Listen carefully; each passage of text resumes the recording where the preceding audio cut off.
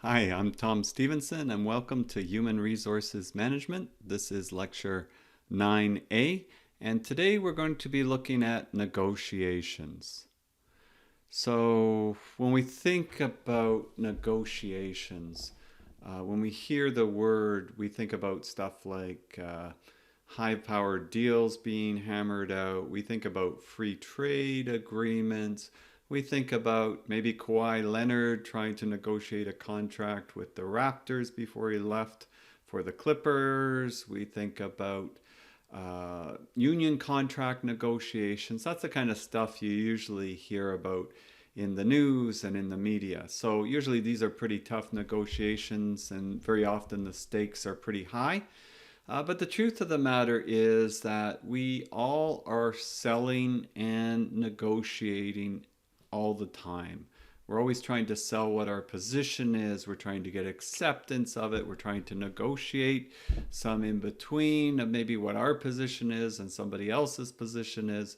But we're doing it every day, and we're doing it with friends, family, peers, colleagues, suppliers, clients, professors. I get students all the time negotiating different deadlines and different things like that.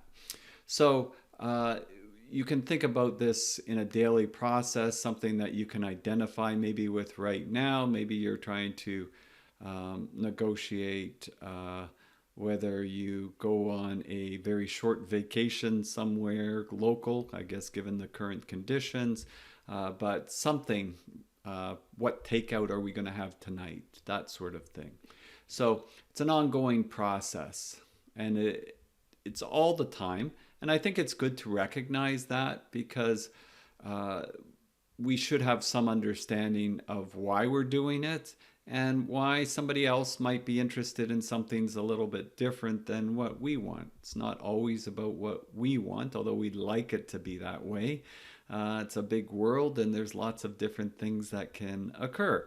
So, really, if you want to put it into a nutshell, negotiation is a way of getting what you want within reason from others. It's the process we use to satisfy our needs when someone else can say yes or no. That's a big process right into itself. And really, it should be about striking a deal that is beneficial for you, but also beneficial for the other party. We have to think, and I'll mention this a few times maybe in this lecture, we have to think about what we call the short game and the long game.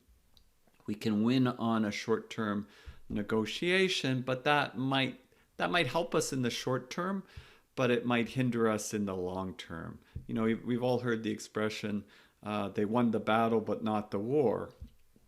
You can win a negotiation, but then you lose that client for other opportunities. So if we use the Pareto principle, 20/80, and 20% of our clients produce 80% of our business, we might not want to lose one of those 20%. Also, we can think about it reversed. 80% of our business is repeat business. So we want to make sure that we're getting our full 80% that is repeat business. We don't only want to be getting 40% that's a repeat business. That's probably not going to lead to a very successful business. So when we think about negotiators, and by the way, much of what I'm going to be talking about today comes from research that's been done by William Ury and Robert Fisher. They have written a number of books, particularly William Ury, and he's written a number of books on negotiation. I'll show you one towards the end of the slides, and they've done a great deal of research and study, as well as they have a lot of practical experience in actual sort of big negotiations. And I found that their research is really good, and it's really easy to understand. So it's not that complicated. It's more difficult to apply it and learn as you're going from some of these principles. So if you want to read up more on that, there's a number of YouTube videos that I know William Ury's had. He's presented at University of Toronto a few times. I've seen him a few times. Very good presenter, very good information, and I think it's really easy to adapt no matter what your position is in negotiations, being a successful negotiator. So they identify that there's really, two types of negotiators that we kind of can signal or identify with very often. And they'll identify with what some of the issues are with each one. Neither one is ideal, let's say. So soft negotiators want to avoid personal conflict. They're more prone that they want to make an agreement and they don't want to hurt people's feelings in the process. So they want a really friendly resolution. They want to be liked. And if they're not careful, they often get exploited, especially by hard negotiators who are looking to take advantage. And at the end of the day, they usually feel they've been taken advantage of. So they're kind of bitter about that. So that might be where a hard negotiator might be successful in getting the short-term deal. But next time, the soft negotiator probably won't even want to enter a deal with them. So the hard negotiator maybe won the short term, but they've lost the long term. Not ideal. Hard negotiators see any situation, it's kind of like a competition, who survival of the fittest, that sort of thing. And they take more extreme position and they hold out longer. And they want to see who fares the best. So they want to win at all costs. And this can be pretty exhausting. And long term, it really does harm those relationships that people want to build long term. So everybody has kind of a natural style to negotiation, and some of it comes from your background, your culture, your parents, your experiences. A lot of different things play into what's your natural style. So the better we become, the more we can get done in less time. And the more practice that we have at this, the better we become. It's like anything else. We've talked about deliberate practice with Anders Ericsson earlier in the course. If we can sort of do negotiation with deliberate practice and look for feedback and look for how we can improve, you know what? Over time, we'll get better and better at this. And it's one of those areas that if you can build this tool of being able to negotiate in a successful manner to win long-term relationships and build partnerships and be able to get a lot of things done and be successful at that, it's going to really help to catapult your career in many ways. So people often engage, another type of negotiating besides the hard and the soft, which we'll dig into in a few minutes, is positional bargaining. And positional bargaining is kind of like you take up a position and you frame yourself with this position. You kind of attach yourself to this position.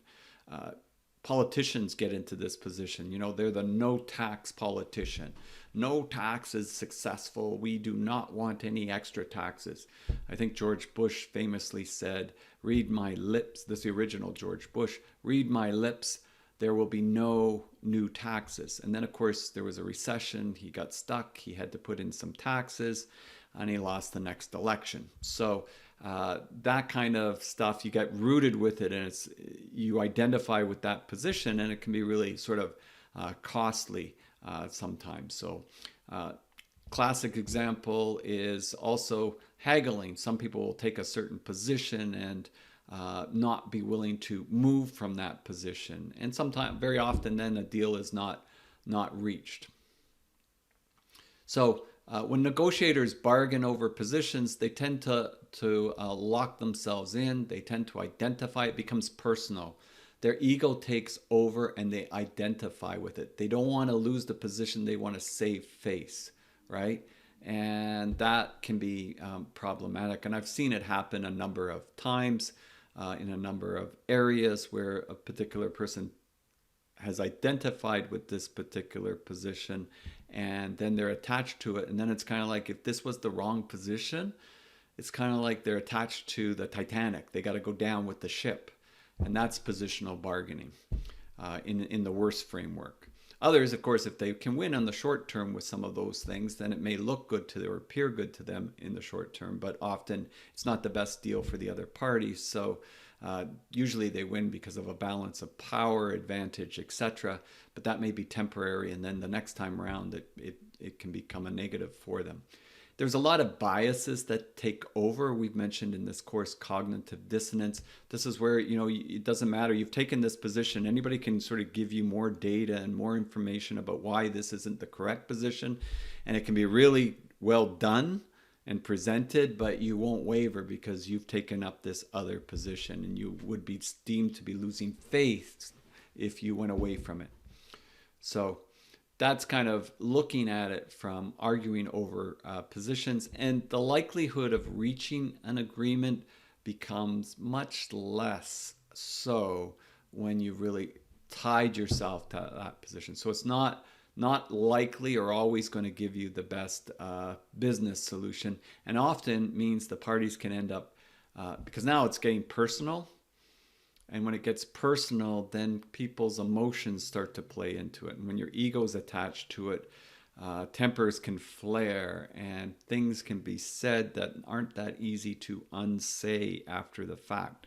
So you have to be very careful about keeping things professional, and often taking up a strong position can fall apart through the various tactics that are taken in negotiation, and that can weaken your overall relationships and weaken the likelihood of you being able to actually make a deal.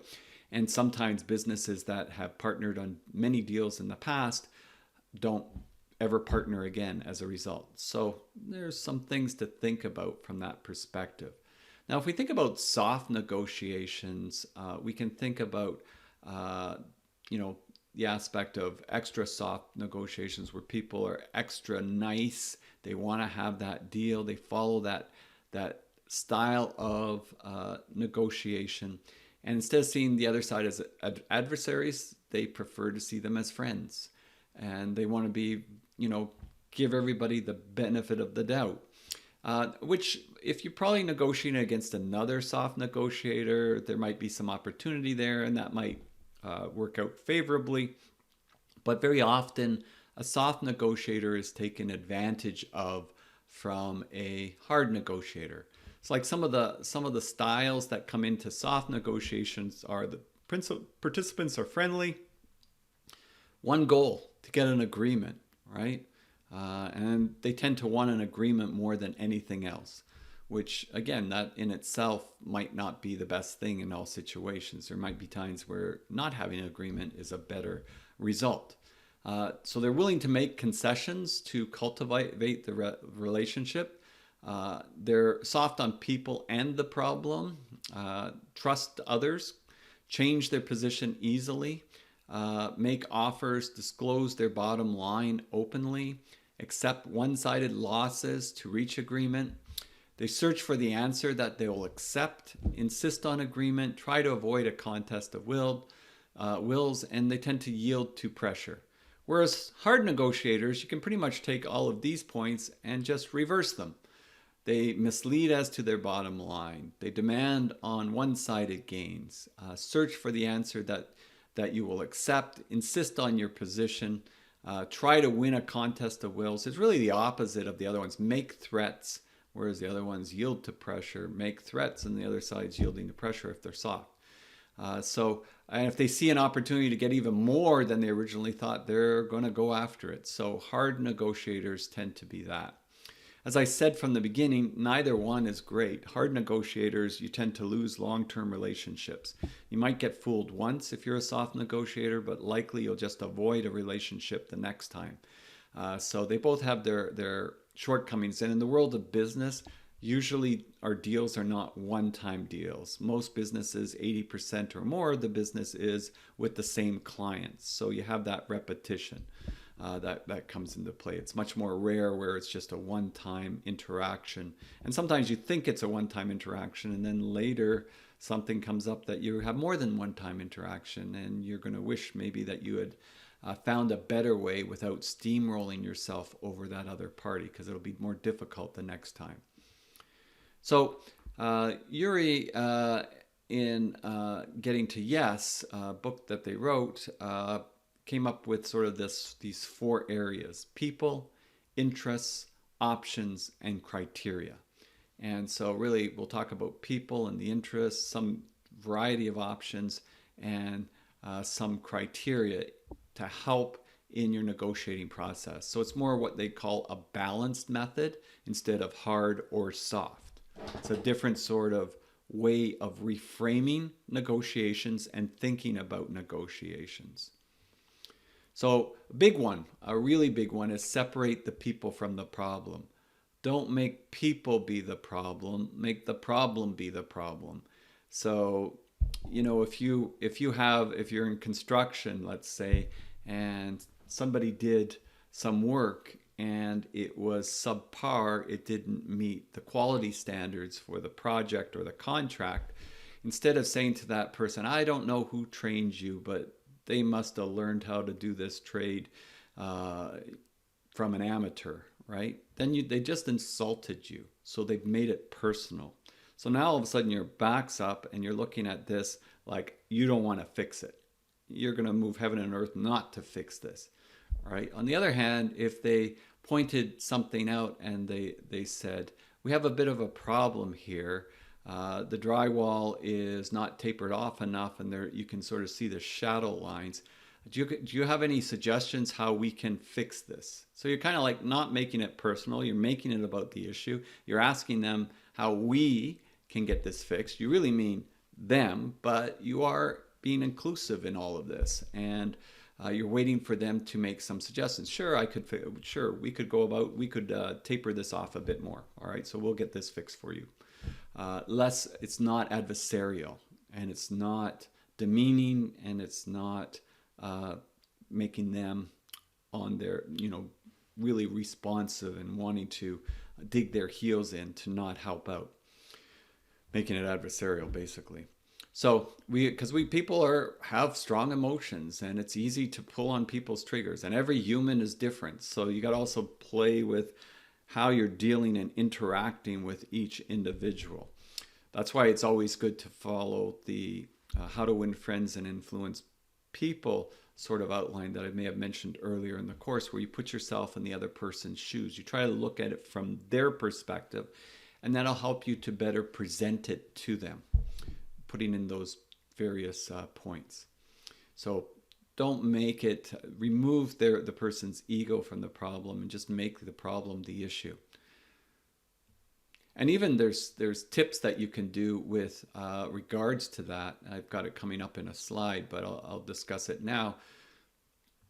When you're thinking about putting people first, don't have people sort of on one side of the table and the other. If you have a round table, that might be better. And if you've got a problem with a contract, or you've got a problem with a set of engineering drawings or something of that nature, have the drawings be the problem. Be looking at this, or on a screen, be looking at that particular issue, not them, but the issue at hand. So that can be helpful. And just keep in mind, people are not always predictable. So again, if we can build relationships and understand people better, that makes it a lot easier than waiting until there's a problem, because we really don't know that individual yet. So it's always good to try to build on relationships early and sensitively.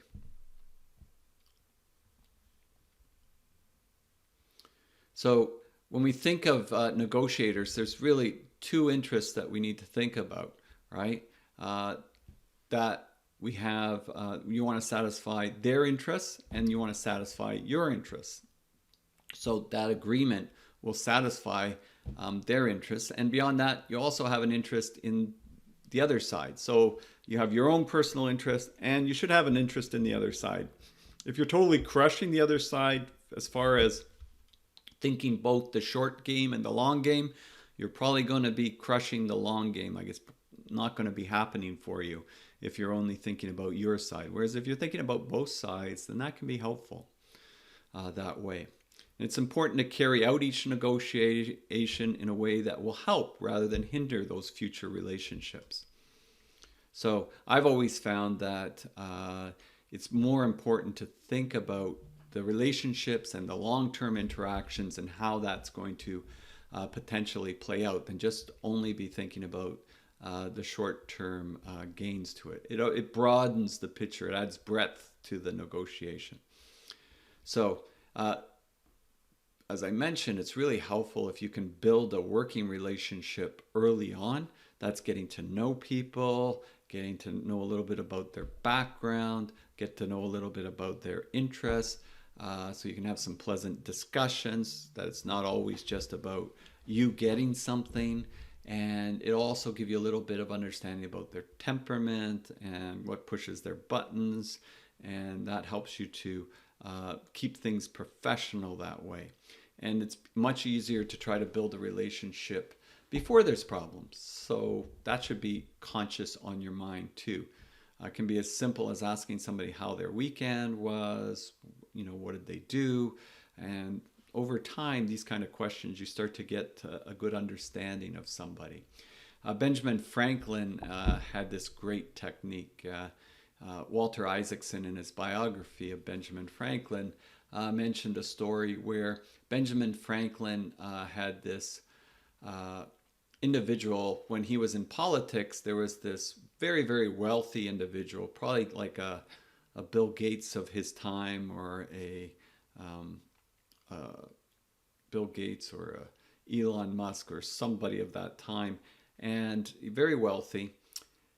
And Benjamin Franklin couldn't figure out, this guy did not like him. He was always bad-mouthing him. He was always kind of pushing people against him in his politics and everything. He couldn't understand why he didn't really like him. So he thought, well, you know what? I'm going to try to build a relationship with this guy. I've heard this guy has one of the best personal libraries around. And you have to remember, back in the late 1700s, there was not like public libraries with tons of books. Usually it was the wealthy that had the libraries, and the more wealthy somebody was, the better their library. And this guy loved to read. And so Benjamin Franklin heard he had a certain book, and Franklin was genuinely interested in reading the book. And he thought, I'll ask him for a favor if I can borrow the book from his library and personal library. And he asked him, he told him he heard he has a wonderful library and he'd be very interested in borrowing the book. And the guy was like really happy to hear he wanted to borrow the book, because he was proud of his library and his collection. And so he lent him the book. And after, when Franklin gave it back, he asked him a few questions. Did he read the book, and how was the book? And Franklin, of course, had read the book, and he had a lot to say about the book. And at that point, they became fast friends. And this guy ended up being like Franklin's biggest supporter. Similar story with Abraham Lincoln. Abraham Lincoln, great individual to sort of look at for history. And he had an individual that he actually hired him to help him in a law case. And this was before he was president. And Lincoln was a little bit scruffy and not maybe the best dresser and not as refined. And this other guy was like the top lawyer in the US at the time. And he needed Lincoln to do a bunch of stuff. He didn't hire him directly, one of his assistants did. And Lincoln spent a lot of time and put together all this information about this case that was coming up in Lincoln's territory or area that this lawyer was coming in to work on. And he found out that when he got the stuff, the lawyer saw Lincoln's appearance and thought, who is this kind of two-bit lawyer you've hired to his assistant? Was really rude to Lincoln and basically paid him out and didn't want to see him anymore, just because it kind of took his appearance that way. But the case was coming up. Lincoln had prepared so much stuff, and the case was starting the next day. So Lincoln thought, well, I don't know, this guy has this great reputation. I know I know he sullied my name and was not very friendly to me, but I want to see what this guy does in court. Like, what makes this guy so good? I doubt he's as good as they say he is. And so Lincoln actually went into the courtroom and sat during the trial, and the guy was really good in the trial. And so Lincoln thought, when he left the trial, you know what? I have to get better. I have to be better. I'm not as good as he is, so I'm going to have to work at this. And Lincoln went back and was really working at becoming a better lawyer. He became better at a lot of things over time and became the president. When he became president, this guy was really in a high position, this lawyer, and Lincoln wanted him on his cabinet. So with regards to Lincoln, his friend, who was also wondering, why would you want to have this gentleman on your cabinet when he insulted you so much? And Lincoln's view was he's the best person for the position, and better to keep your enemies close. What was interesting was, and I think his name was Stanton, was that Stanton actually accepted the position and became Lincoln's best friend and right hand person to help him through all the difficulties during the Civil War, and gave him great advice all the way through, and actually delivered his eulogy at his funeral. So it's really interesting how building a relationship can really change things and improve things that way, and make it easier from a, if there's somebody that you negotiate with, it can be really helpful from that perspective as well. Face the problem and not the people. Negotiators that view themselves as adversaries will find it difficult to separate the relation. It's just so personal. It's very difficult to see the forest for the trees because you have this sort of personal animosity. So it's very hard to separate it. So you try to not get into that position and to build the relationships early. And as I mentioned, how you position yourself, at a round table instead of a square table, making something else the problem and not the person, can be helpful. Even hand gestures and things like that when you're talking to somebody. If you're talking to somebody like this, they feel threatened, whereas if you're talking with your hands open, they feel less threatened. There's these small cues that can actually make a difference in how you face one another and how you approach somebody. And really, you're trying to look for options where both sides can win. Find things that you can win on, that both sides can win on, and discovering options. Sometimes when you go into a negotiation, it's about this pie, and everybody's trying to get their share of the pie. But what if you can make the pie bigger because there's some things that neither side explored? And some of that takes a skilled negotiator asking a lot of questions to see that something might be there that neither side considered up to this point. So that's very, very helpful. Also, if you can tie it to some criteria, something measurable, and this ties to management by objectives that we discussed with Peter Drucker. Remember, and we talked about SMART goals. If we can measure something, it's easier. Like if we have an agreement, we can track it better, we can measure it better, we know what we're getting. Where that's possible, it's very, very helpful. So measuring something that's measurable in an agreement, or something that we can put data to have a better understanding of, like a collective agreement. If it's a college professor's pay, and this has been historically negotiated in collective agreements, well, they usually look at high school teachers' pay, they look at university teachers' pay, and they expect that college teacher will be somewhere in the middle, given sort of the educational background required and other experiences required. And if over time that's falling down or going up too high, then either side would have a measured standard that they could negotiate against, which would be helpful. Apart from that, there's also another thing that needs to be considered, and that's BATNA. Best alternative to a negotiated agreement. So what if the other side has the balance of power, or they're just stubborn, or they're unreasonable? Well, if you enter into that kind of situation, I've always found this is one of the key points to be helpful to reduce your stress levels, is to go into a negotiation with a BATNA. BATNA, best alternative to a negotiated agreement. What if we can't come to an agreement? What else can I do, right?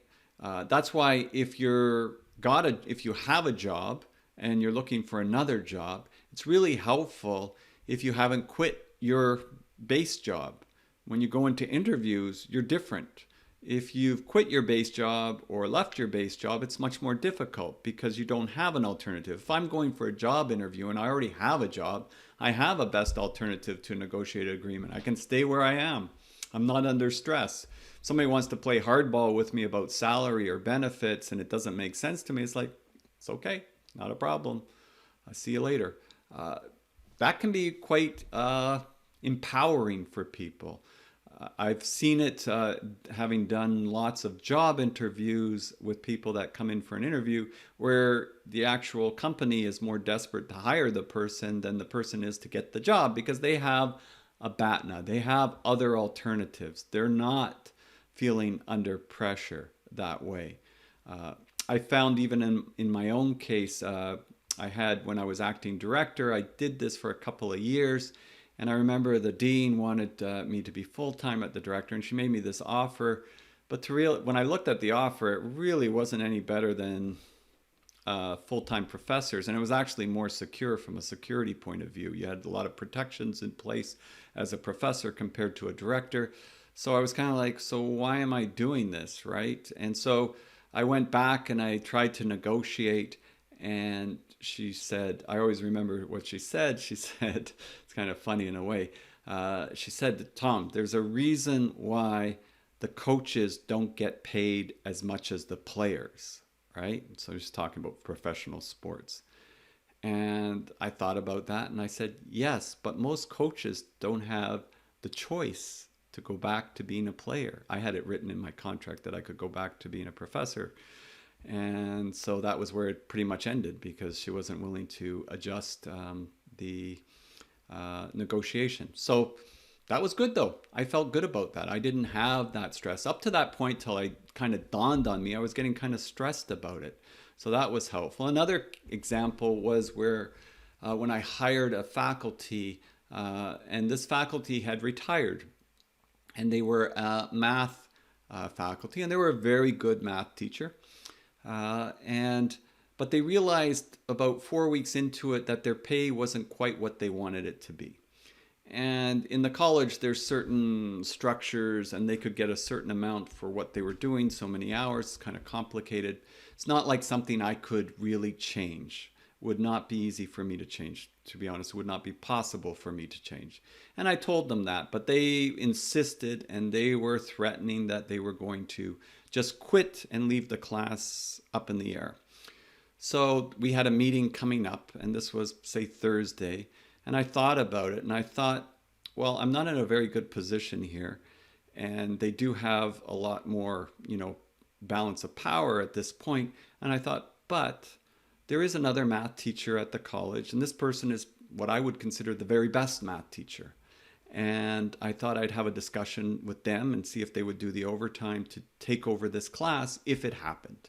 And I had a discussion with them, and they said, sure, no problem.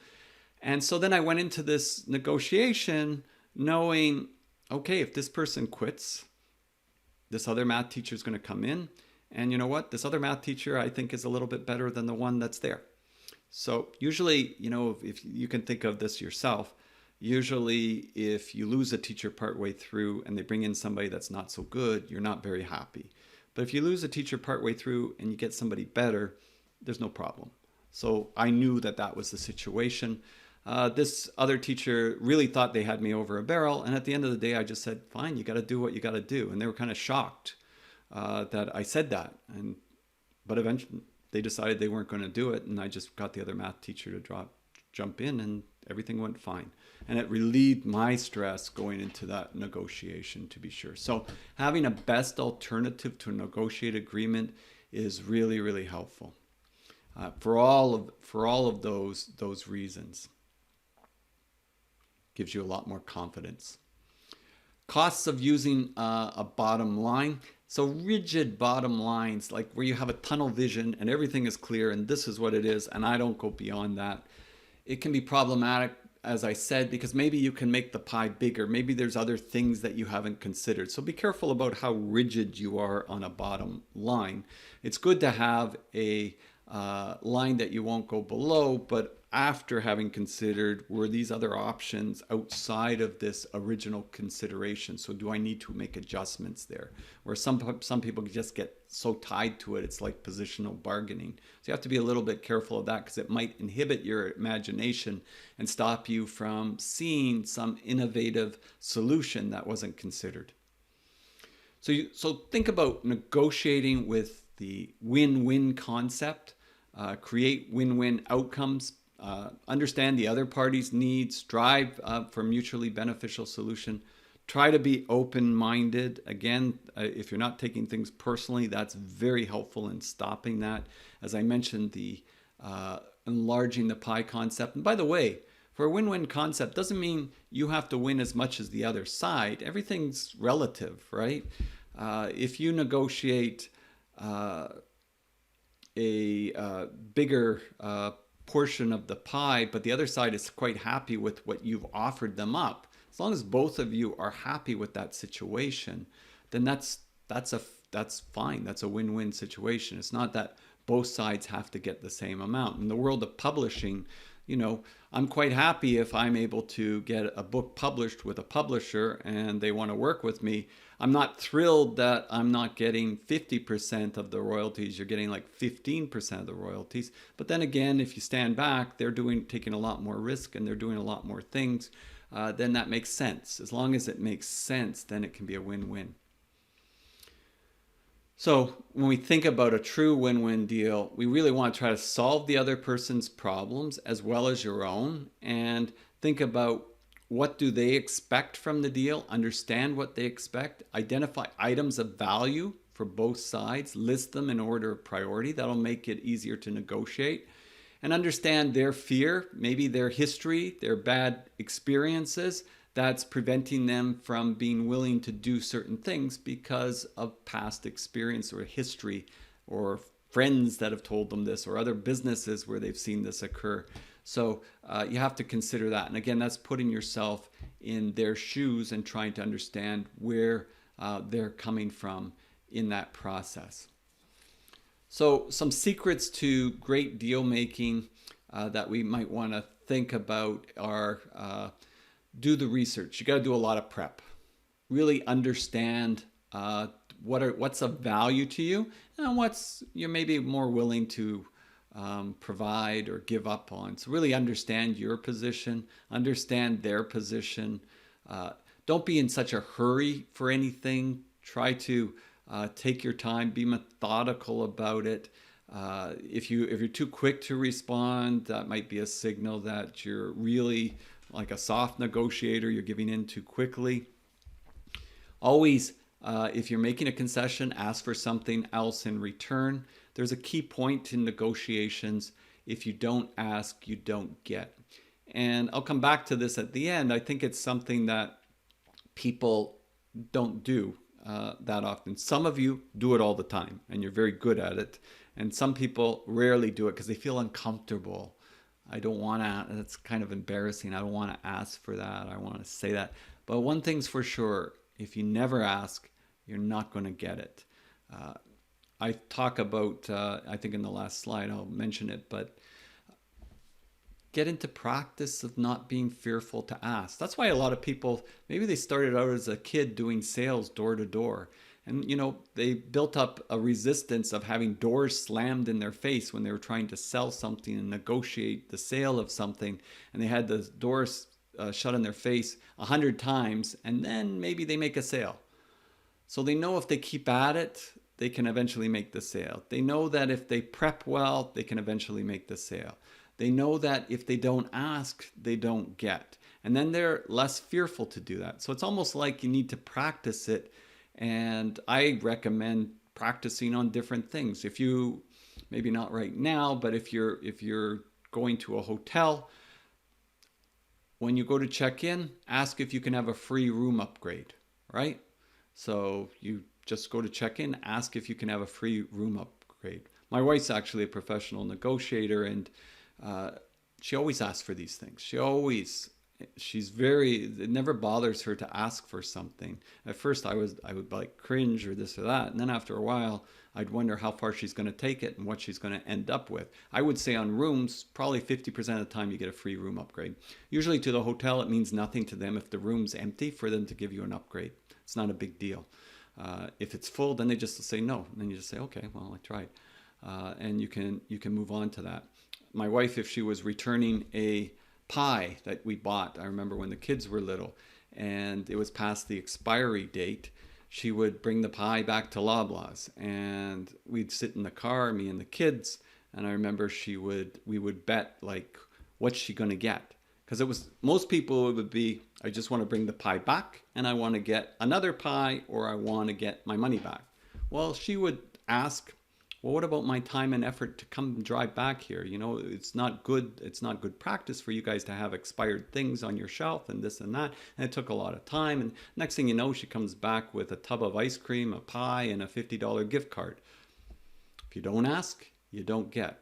Very professional, very not accusing, really trying to be soft about it, in not offending somebody personally, but at the same time asking. If you don't ask, you don't get. So something, if you learn nothing else from this lecture, that could be the crystal that will help you, especially for those of you that are a little bit more introverted, a little bit more concerned about doing that. Some of you that might be too overbearing might look at, well, maybe there's a sweet spot in here that I can adjust this to so I'm more successful. So some other points: don't make big concessions, especially on the first go round. So again, be careful if you break things down too quickly. I think of, there's a Seinfeld, and probably many of you haven't watched Seinfeld, but if you do, it's a funny show.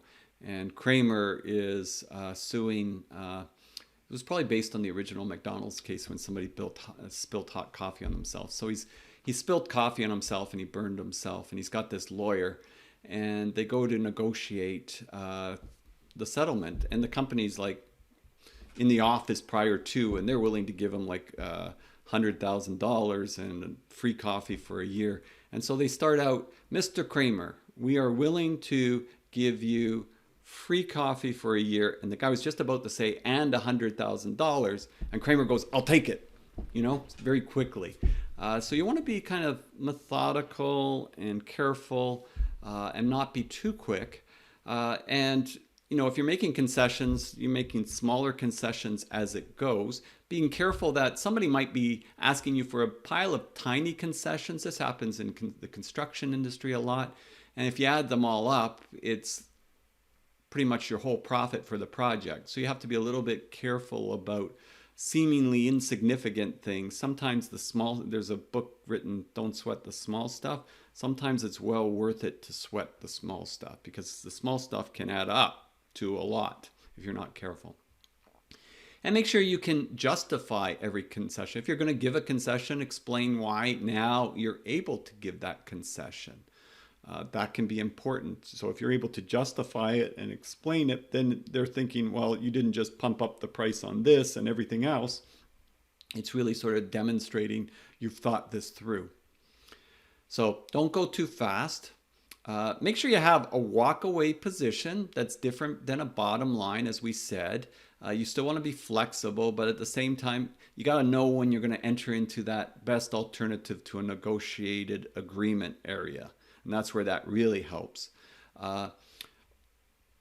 Understand how are they looking at this deal? Is this insignificant for them? Is this major for them? Putting yourself in their shoes, that can be very, very helpful. And also, how are they looking at you? And what are they thinking about you? That can be helpful too. So taking the different viewpoints and trying to understand the dynamics that's going on during this process. Proving the other person wrong, that's kind of a deal killer. Like then you're making it personal. You're trying to demonstrate and show how they're wrong. That's probably, even if they are wrong, not going to get you the deal. And then just keep hammering for more and more and more. That's where some hard negotiators get lost in the forest for the trees. And often too, if you get stuck with a hardball negotiator, happens, they tend to have rigid thinking patterns. Sometimes they may be of a narcissistic nature. So sometimes you can sort of ask them a lot of questions, get them to talk to better understand their positions. Sometimes those types of negotiators can be, and not, by the way, not all are narcissistic, but some can be. And you got to read that person. Some are just hardball negotiators because that's the culture, that's how they grew up, that's how their parents were, that's how they learned, and that's how it is. for them, especially depending on certain cultures. I know when I went into, and I've taught in Shanghai a few times, I know when you go into the markets, you really have to kind of understand how things are negotiated, because if you don't, you really can be taken advantage of. I remember one time I was for some little kit that I was trying to negotiate on, and a little grooming kit, and I think it was like $30, and I offered $25, and then the guy wanted 27. Well, it was in RMB, whatever it was, and so I think we ended up at 26, and I thought I got a great deal. And my friend who lives there said, "Okay, so now I'm going to explain to you what you did wrong, right? Here, you wouldn't start at 25. You'd start at like 15 or 10, because they see you and they way inflate the price because they know you're a tourist and that sort of thing, and you don't know how the score is, and explain the different things." And from that point on, I was able to catch on, but I could see how you have to culturally change things up a little bit. Also, you have to realize, is this a one-off deal? Like most things in business or with employees or with clients or suppliers, they're more than a one-off thing. So again, that's looking at the short game versus the long game. So it's a little bit different play you have to consider.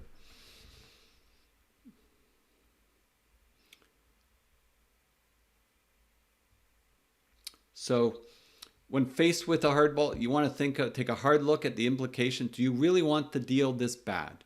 Uh, Make sure that you understand at what point best alternative to a negotiated agreement should be considered, and don't fall in love with the deal. If you fall too much in love with the deal, that can be very, very difficult. Often people will fall in love with the deal and they feel that they need or they have to have that particular deal. You see it all the time in Toronto, people buying a house. They fall in love with the house and they have to have the house, and they get into a bidding war. And maybe in Toronto, it's easy enough to end up paying $200,000 more than the list price because you were in a bidding war. And then after you've got the house, you're kind of like, oh my God, I got this huge mortgage. The thing is with that is, if you didn't fall in love with the deal, in that particular case, best alternative to a negotiated agreement is Toronto's a big city. Next week, there'll be other houses. There's always another house for sale. So you have to be careful of falling in love with the deal, and that could be causing you some problems down the road. So keep that in mind, and these things will definitely help you in that area. Make a habit, as I said, to critique. This is stuff we've been talking about throughout the course, right? Learn to learn aspects of making sure that we get deliberate practice, we get feedback, we reflect, we look at what we can do differently, we experiment, we try it, we see what works, we see what doesn't. And doing this over time, you do get dramatically better. Doing it without thinking about it over and over, we probably just get habits of the way we do it, and then we don't get any better. So make a habit to critique your performance. If you can, get others to critique your performance, give you feedback on what went well and what you could change next time. And if you're going into a negotiation, maybe role play, practice with somebody so they can play the devil's advocate and sort of make you think about things ahead. That's the preparation, really doing the preparation, and really understanding that win-win is not equal. It's just, are you satisfied with this agreement? Is the other side walking away that this agreement is good for them and that they'd like to work with you again? Those are positive attributes to think about when you want to improve negotiations. You know, if you're thinking about it from adding value to both sides, you'll typically win over the long term, and really spending time to listen to what the other side is saying so you can learn and better appreciate what it is that would satisfy them in this negotiation. That helps you to not offer things you shouldn't offer and offer things that would be of interest to the other party. So practice makes perfect. Do it wherever you can. And rental cars are another place at airports and that sort of thing where always worth, this is the one car you booked. It's a sedan, but could you upgrade to a SUV at no extra cost? You know what? They got 10 SUVs sitting in the parking lot. Very often they'll give you the SUV. So there's those types of things. But if you don't ask, you don't get. And you have to look at what by asking what's the best thing that can happen and what's the worst thing that can happen. Also, how you're asking. If you're not asking in an insulting way or demeaning way or overly pushy way, kind of an innocent way, very often it will play to your favor. So as I mentioned, don't fall in love with the deal and don't feel like you have to make the deal at all costs, because if you actually get the deal, you're going to wish you never got the deal. So when we talk about negotiations, we want to think about those things as well.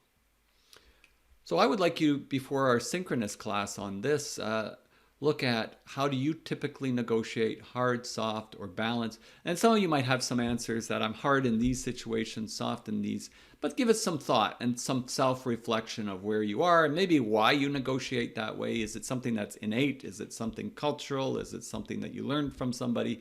And then how successful you are and why, and some examples. And anywhere where you think that you can improve, any points that you think you can improve upon, if you write them down, that'll be helpful for you the next time that you enter into a negotiation.